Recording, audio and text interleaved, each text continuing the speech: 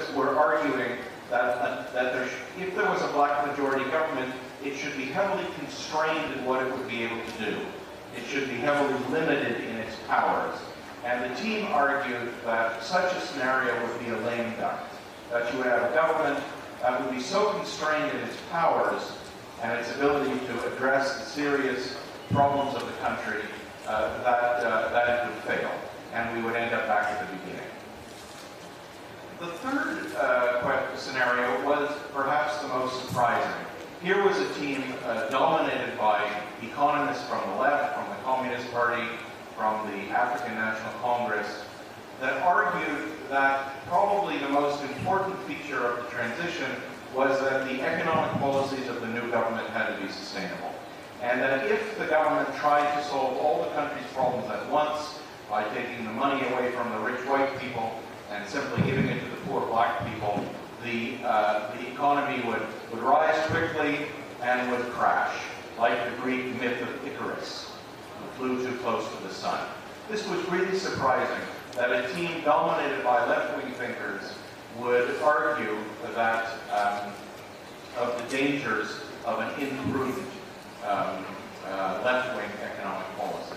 And in fact, those of you who know the story about South Africa will know that perhaps one of the most surprising features of the Mandela government after '94 was their unexpected fiscal prudence. Some people think it was a mistake, some people think it was a success, but a complete change in direction.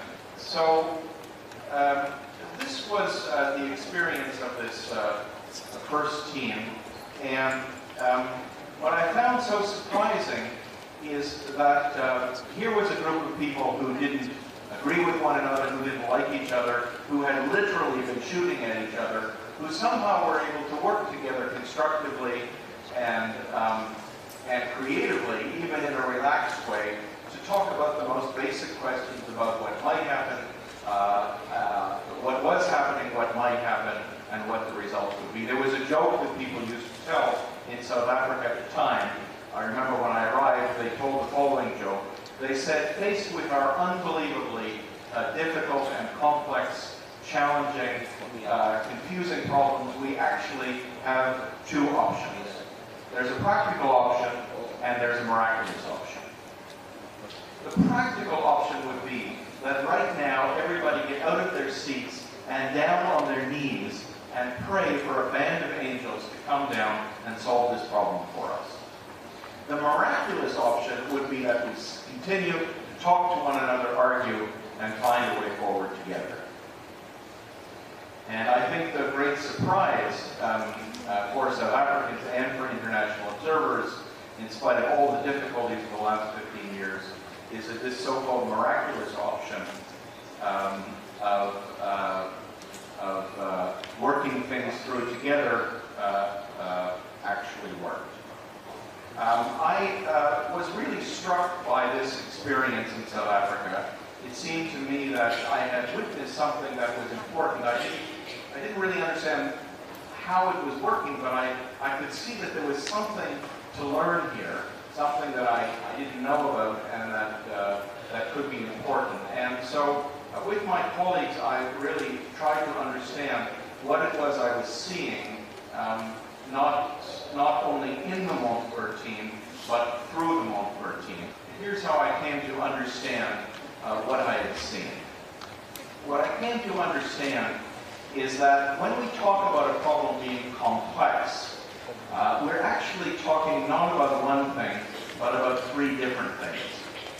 On the one hand, we're talking about dynamic complexity. This means that cause and effect are far apart in space and time.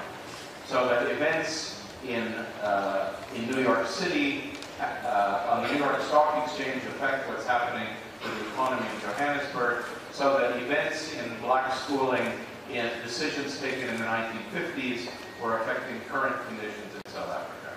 So cause and effect being far apart in space and time. If you look at all the literature on dynamic complexity, problems of low dynamic complexity can be addressed piece by piece, looking at each piece separately. But problems of high dynamic complexity can only be successfully addressed by looking at the system as a whole. The second kind of complexity, which is really quite different, is social complexity. A situation is socially complex when the actors have fundamentally different perspectives, interests, even worldviews, ways of understanding the situation.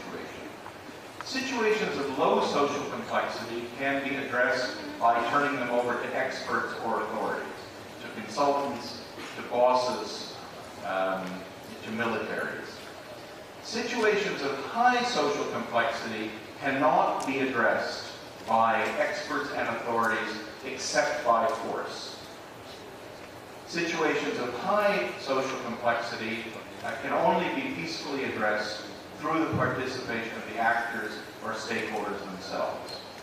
In fact, problems of high social complexity can't even really be called problems, because there's agreement neither on what the solution is nor what the problem is. Is the problem in Thailand one of corruption? Is it one of income inequality? Is it one of geographical distances? Is it one of a political system? The actors agree neither on the solution nor on the problem. So the best that we can say is these are situations of high complexity which different actors understand in different ways. Finally, and in a way the most challenging, is we say that a situation is complex. The third way in which a situation can be complex is if it's generatively complex. To be generatively complex means that it is essentially unfamiliar and undetermined. Situations of low generative complexity, we've been here before. We can do what we did last time, or maybe we can learn from what somebody else did last time, what the Japanese did, or what the Indonesians did, or what the Germans did. Situations of high generative complexity, we haven't been here before. We can't just use what we did last time. We have to find a solution as we go. We have to work it out as we go. As Peter Senge says about the problem of climate change, we've never been here before. We can't do what we did last time we had a global atmospheric crisis. We'll have to figure this one as we go. So this is a long explanation, but it has, for us, a very practical implication, and this is the first of the four theories I wanted to offer you, is that situations of high dynamic social and generative complexity can only be successfully addressed through methods which are simultaneously systemic, participative, and emergent. And so we're looking for, in such situations, we're looking for an approach which is systemic, participative, and generative. And another way of putting it is we're looking to find a container, a way of working, a way of working together, which allows us to take an approach which is systemic, participative, and generative.